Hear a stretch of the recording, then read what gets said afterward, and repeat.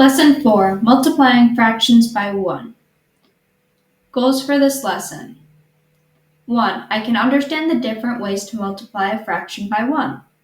2. I can recognize what to multiply a fraction by to be able to add or subtract different fractions with different denominators.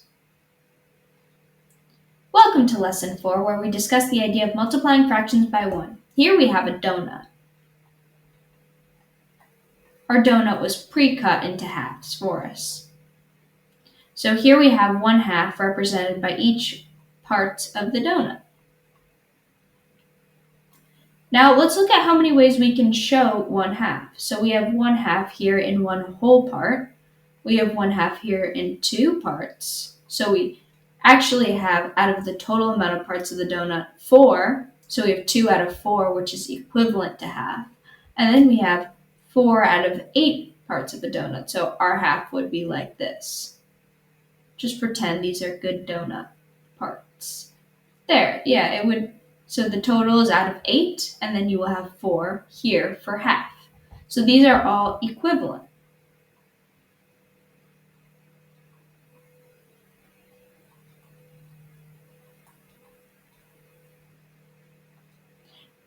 There's a lot of ways to represent 1/2. Way more than this. Technically, there's infinitely many, which means it's uncountable. Do you notice a pattern, though, of how we kept going up in halves? Do you notice any pattern to it? So you actually can multiply each half or each fraction in general by 2 over itself, or any number over itself, to get a fraction that's equivalent. Equivalent is in the same, because what you're really multiplying by is just 1, because 1 is just being represented by these numbers that you're multiplying it by, because they're the same on top as on bottom. So you can see that we have 4 over 4 here, which is the same as 1. We have 2 over 2 here, which is just the same as 1. We're multiplying by 1, but we're just giving it a fancy name. That fancy name has conditions, though, and the conditions are that the top number and the bottom number are the same number. Another way to